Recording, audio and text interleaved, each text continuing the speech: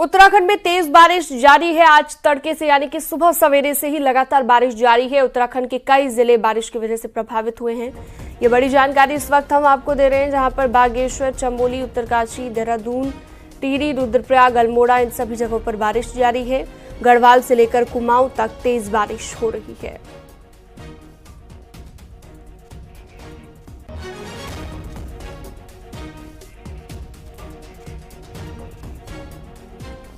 चमोली से भी बड़ी खबर है। कर्णप्रयाग की सिमली में भारी बारिश से अतिवृष्टि, कई घरों में घुसा मलबा और पानी मलबे में गाड़ियां भी दब गई।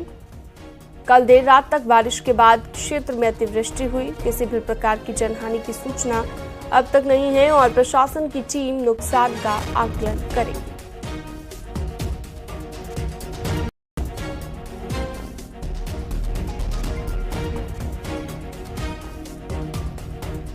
चमोली से बड़ी खबर है, जहां पर कर्णप्रयाग के सिमली में भारी बारिश की वजह से अतिवृष्टि हुई। कई जगहों पर घरों में पानी घुस गया, मलबा घुस गया। अतिवृष्टि की वजह से पानी मलबे में गाड़ियां भी दब गई।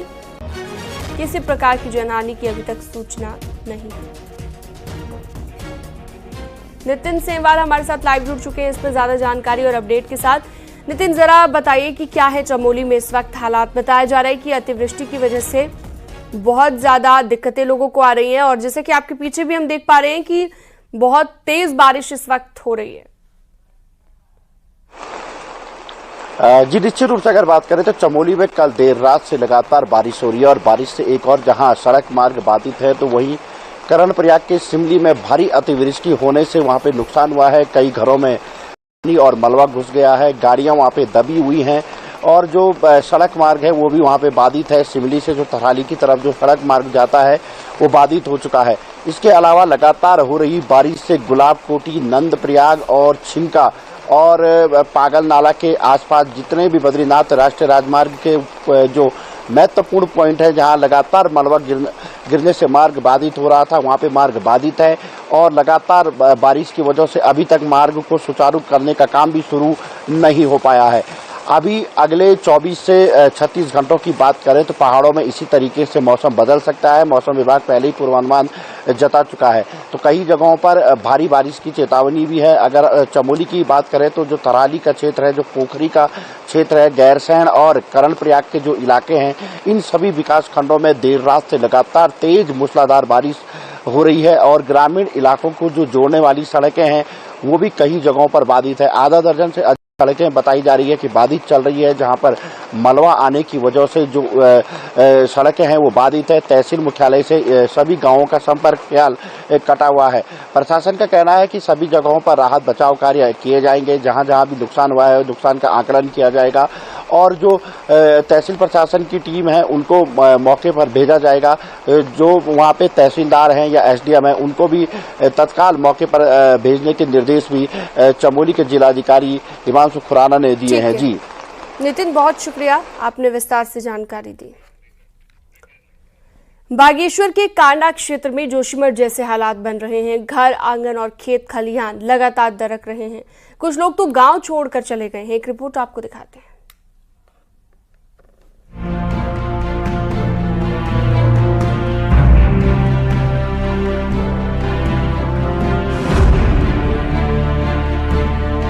बागेश्वर में कांडा के कन्याल के ग्रामीण हर दिन डर के साए में जीने को मजबूर हैं। गांव के पास खड़िया की खदानें हैं जिसमें बड़ी मशीनों से खनन का काम किया जाता था। लोगों का आरोप है कि खनन के काम से उनके घरों में दरारें पड़ी हैं और बारिश में दरारें और चौड़ी हो रही हैं। इलाका मतलब जाने वाला है, झुकाव हो गया। अन्नपूर्णा से लेके नीचे बजीना तक जो गधेरा है वहां तक ये जगह झुक रही है। कई हर घरों में दरारें, कोई बोलता भी है तो कोई सुनने को तैयार नहीं है। बस 2009 से अगर आप मेरे कागज देखेंगे तो मैंने हर कापी की फोटो से रखी हुई है। हम तो डर के साए में जी रहे मैडम और ये जो है जमीन हमारी लगातार बहती रह रही है। आप पहले से ऐसा होता तो हम यहाँ पर मकान ही क्यों बनाते।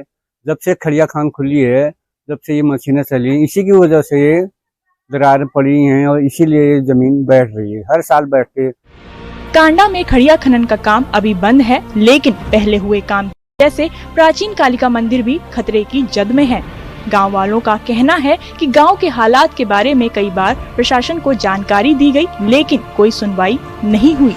वहीं प्रशासन सर्वे के बाद काम करने की बात कर रहा है। सुरक्षा के दृष्टिगत उस क्षेत्र में माइनिंग को बंद करा दिया गया है और वर्तमान में भी माइनिंग बंद ही है। और क्योंकि मकान में जो दरारें आ रही हैं उसकी हम दोबारा से जांच करा रहे हैं भूगर्भ वालों से कि दरारें बढ़ रही हैं, कम हो रही हैं। तो जैसी जांच रिपोर्ट आएगी उसी के अनुरूप आगे कार्रवाई होगी।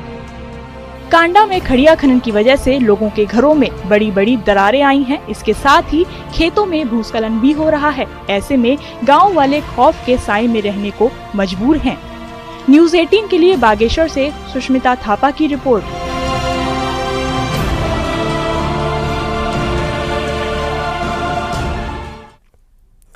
सीएम पुष्कर सिंह धामी आज मसूरी के दौरे पर रहेंगे, जहां पर मसूरी गोलीकांड की 30वीं बरसी पर शहीद राज्य आंदोलनकारियों को श्रद्धांजलि देंगे। आपको बता दें, सितंबर 1994 को मसूरी गोलीकांड हुआ था, जिसमें 6 राज्य आंदोलनकारी शहीद हुए थे।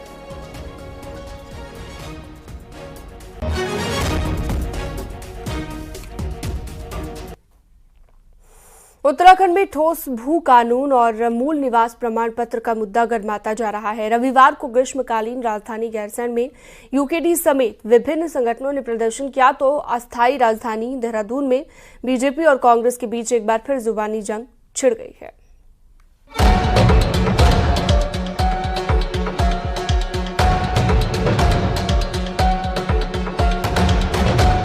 उत्तराखंड में ठोस भू कानून की मांग जितनी पुरानी है, उतना ही पुराना मूल निवास प्रमाण पत्र का मुद्दा भी है। उत्तराखंड में मूल निवास प्रमाण पत्र की जगह स्थायी निवास प्रमाण पत्र दिया जाता है।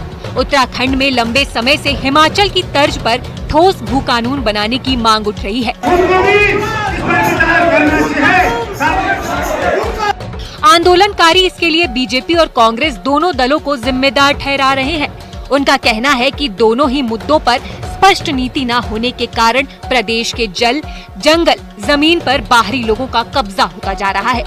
रविवार को गैरसैंण में धरना प्रदर्शन और रैली निकालकर विरोध जताया गया और हमने मांग करी है कि अविलंब उत्तराखंड के परिस्थिति को देखते हुए सरकार सख्त भू कानून लागू करे, मूल निवास लागू करे और राजधानी गैरसैंण घोषित करे, क्योंकि यदि ये नहीं होगा तो उत्तराखंड के साथ में बहुत बड़ा धोखा हो रहा है। ये जमीनें बाहर से आने वाले माफिया उन जमीनों को कब्जा कर रहे हैं। लोग समझ चुके हैं, जो मूल निवासी यहाँ के हैं उनकी नौकरियों पर कब्जे हो रहे हैं।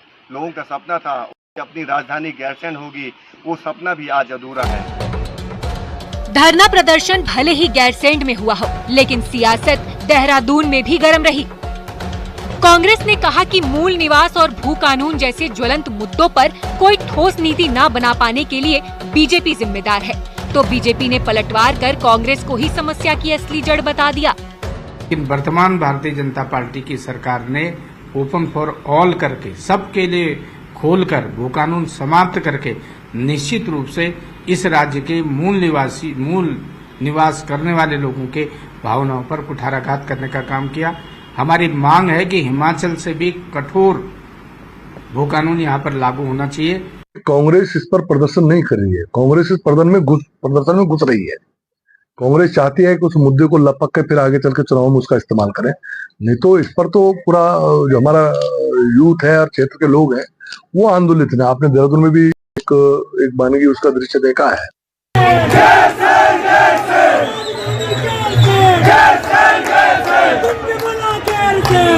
भू कानून और मूल निवास के मुद्दे पर सरकार भी पसोपेश में है। भू कानून के लिए बनाई गई कमेटी सितंबर 2022 में अपनी रिपोर्ट शासन को सबमिट कर चुकी है। भू कानून पर मिली इस रिपोर्ट और मूल निवास प्रमाण पत्र के परीक्षण के लिए मुख्यमंत्री ने दिसंबर 2023 में सचिवों की एक प्रारूप समिति भी गठित की, लेकिन समिति की रिपोर्ट आज तक बाहर नहीं आ पाई। लिहाजा मूल निवास और भू कानून का मुद्दा आज भी गरमाया हुआ है। न्यूज़ 18 के लिए देहरादून से सुनील नवप्रभात की रिपोर्ट।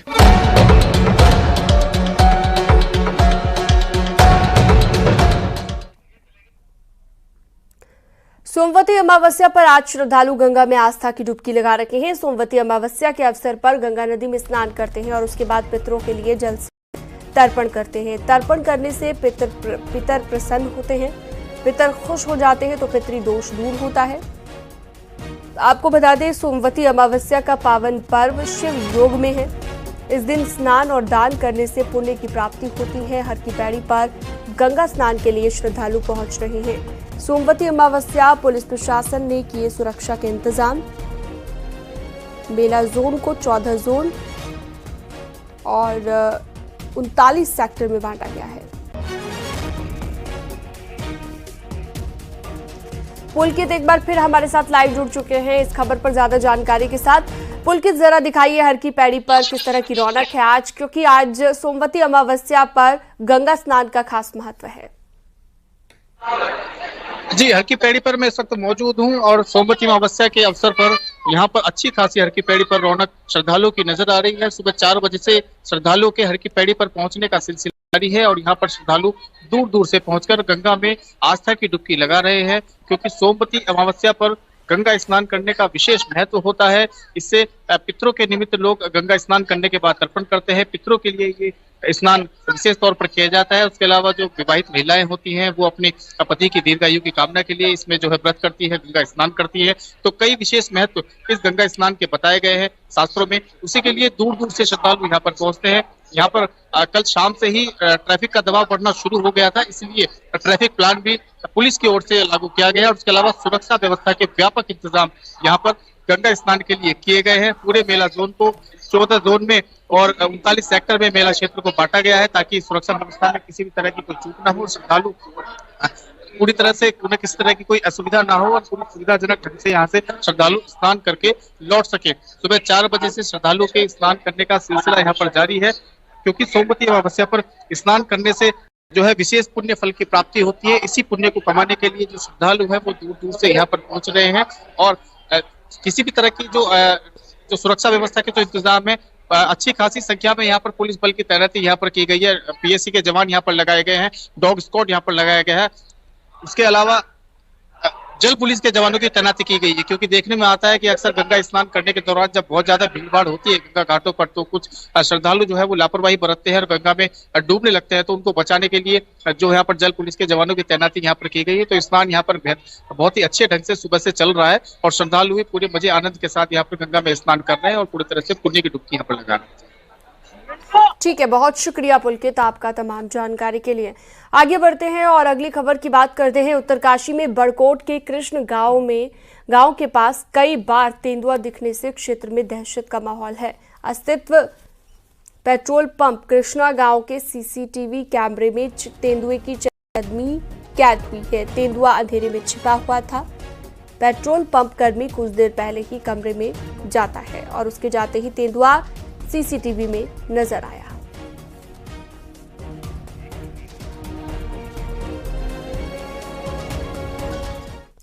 उत्तराखंड में हर कहीं पर पहाड़ से लेकर मैदान तक गुलदार का आतंक आम बात हो गई है। लेकिन अगर हम कहें कि उत्तराखंड में गुलदार से ज्यादा इंसानी मौतें सांपों के काटने से होती है तो आप यकीन नहीं करेंगे, लेकिन वन विभाग का रिकॉर्ड तो यही कहता है। देखिए,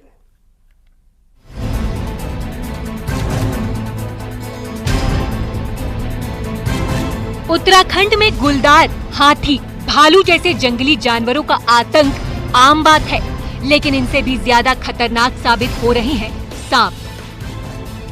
वन विभाग का रिकॉर्ड बताता है कि पिछले 5 साल में गुलदार के हमलों में 103 लोगों की मौत हुई और 459 लोग घायल हुए, जबकि सांप के काटने से 118 लोगों की मौत हुई और 460 लोग घायल हुए। वहीं अब समस्या ये है कि सर्पदंश की घटनाएं कैसे रोकी जाएं। इससे परेशान वन विभाग ने अब नया तरीका अपनाया है। वन विभाग ने सर्पदंश के लिहाज से संवेदनशील प्रदेश के 12 डिवीजनों की 55 चौकियों में एंटी वेनम इंजेक्शन रखवा दिए हैं। सांप के काटने की स्थिति में मरीज को तत्काल एंटी वेनम इंजेक्शन दिया जा सके। इंजेक्शन की खासियत ये है कि ये पाउडर फॉर्म में है, इसके लिए फ्रिज की आवश्यकता नहीं। ये सबसे जहरीले 4 सांपों cobra, common crepe, Russell viper और सास्केल्ड वाइपर के काटने की दवा का काम करता है। उत्तराखंड में इन्हीं 4 सांपों के काटने से सबसे ज्यादा मौतें होती हैं। हमने वन विभाग के जो संवेदनशील प्रभाग है उनमें अनेक स्थानों पर ये एंटीवेनम उपलब्ध कराया है कि आवश्यकता पड़ने पर तत्काल ये अगर किसी वनकर्मी को जरूरत हो तो उनको उपलब्ध हो सके, और साथ ही साथ आम जनता की सुविधा को देखते हुए भी कि अगर किसी के साथ ऐसी दुर्घटना होती है कि कोई सांप के द्वारा अगर काटे जाने की घटना होती है तो जो भी उसका जो पीड़ित व्यक्ति है उसको तुरंत बिना किसी परेशानी के दवा उपलब्ध हो जाए। मॉनसून सीजन में सांप के काटने की घटनाएं तेजी से बढ़ जाती हैं, क्योंकि इन दिनों बिलों में पानी घुसने के कारण सांप सुरक्षित जगह के लिए बिल से बाहर निकल आते हैं। अब तक सैकड़ों सांपों का रेस्क्यू कर चुके रेस्क्यूअर अरशद खान का कहना है कि सांप के काटने की सूरत में शुरुआती आधा 1 घंटा महत्वपूर्ण होता है। अगर इस टाइम पीरियड में पेशेंट को एंटी वेनम इंजेक्शन दे दिया जाए तो उसकी जान बच सकती है।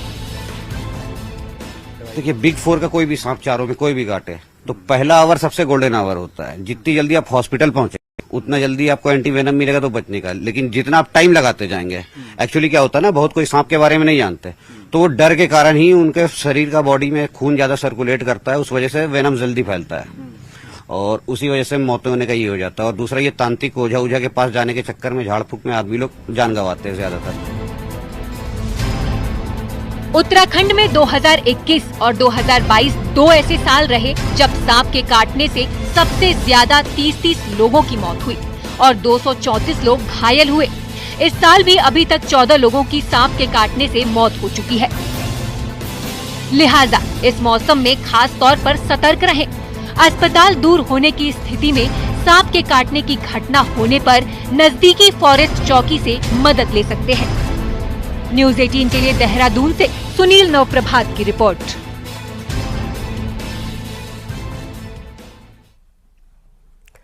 चमोली के नंदप्रयाग क्षेत्र में नाबालिग लड़की से छेड़खानी करने वाले आरोपी को पुलिस ने गिरफ्तार कर लिया है। पुलिस ने आरोपी आरिफ को यूपी के बिजनौर से गिरफ्तार किया। आपको बता दें कि एक समुदाय विशेष के लड़के पर नाबालिग लड़की से छेड़खानी करने का आरोप लगा है, जिस पर पुलिस ने मामला दर्ज कर लिया है। पूरा मामला 22 अगस्त का है। बताया जा रहा है कि जब नाबालिग लड़की से लड़के ने छेड़खानी की तो वो फरार हो गया। घर वालों को जब इस घटना के बारे में पता चला तो उन्होंने शनिवार को थाना नंदा नगर में लिखित शिकायत दर्ज कराई। सीएम धामी ने मामले में सख्ती के आदेश दिए हैं, जिसके फौरन बाद एक्शन हुआ और आरोपी की गिरफ्तारी हुई।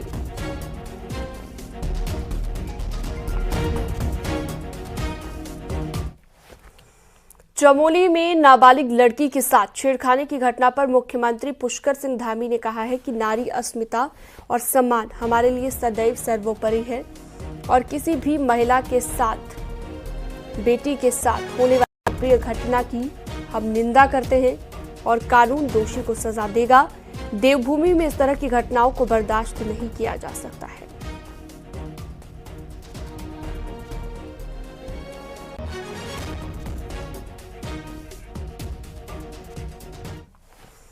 बीजेपी नेता और नैनीताल दुग्ध संघ के अध्यक्ष मुकेश बोरा पर बड़ा आरोप लगा है। मुकेश बोरा के खिलाफ एक महिला ने यौन शोषण का मुकदमा दर्ज कराया।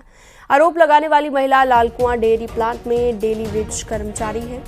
महिला का आरोप है कि साल 2020 में उसके पति की मृत्यु हो गई थी, जिसके बाद उसे नौकरी की जरूरत थी। इसी वजह से उसकी मुलाकात साल 2021 में मुकेश बोरा से हुई।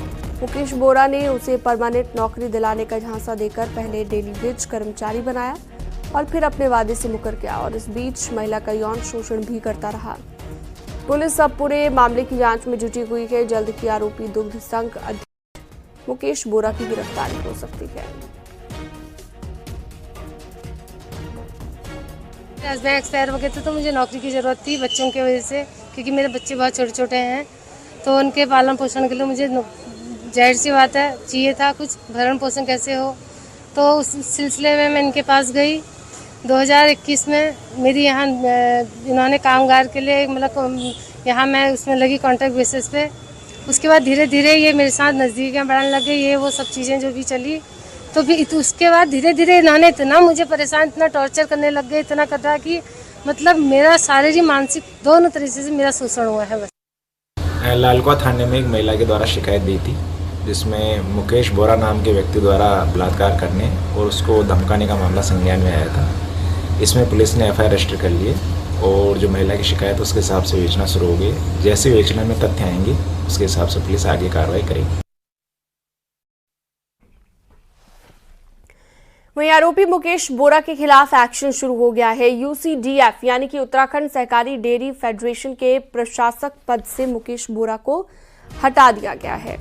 मुकेश बोरा पर डेयरी प्लांट में काम करने वाली महिला ने यौन शोषण के आरोप लगाए हैं और पुलिस मामले की जांच पड़ताल में जुटी हुई है।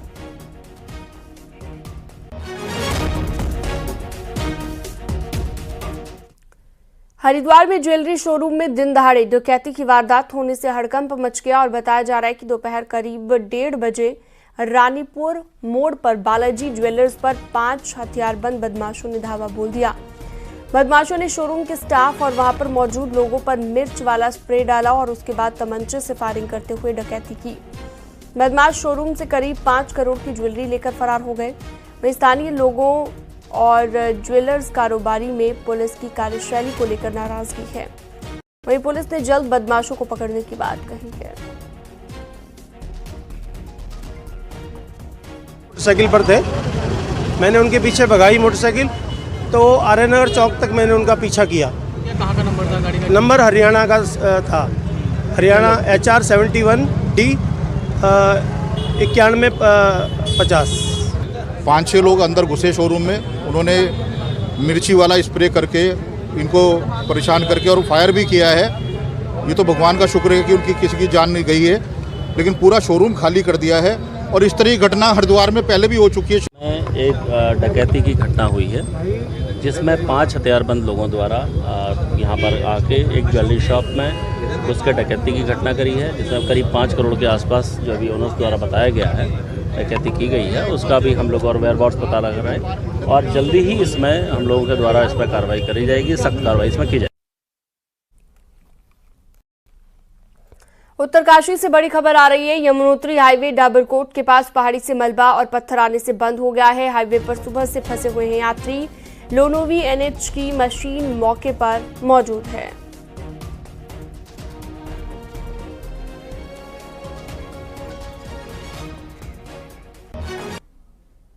और अब एक नजर पहाड़ की 10 बड़ी खबरों पर। खटीमा गोलीकांड की बरसी पर अल्मोड़ा के गांधी पार्क में कई आंदोलनकारियों ने शहीदों को श्रद्धांजलि दी और शहीदों को याद किया।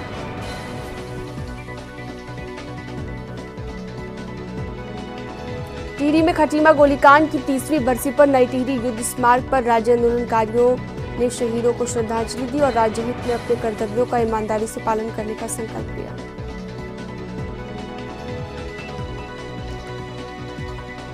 रुद्रप्रयाग में मुख्य विकास अधिकारी ने बैठक की, जिसमें केंद्र और राज्य सरकार की स्वरोजगार से जुड़ी योजनाओं को लोगों तक ज्यादा से ज्यादा पहुंचाने पर जोर दिया।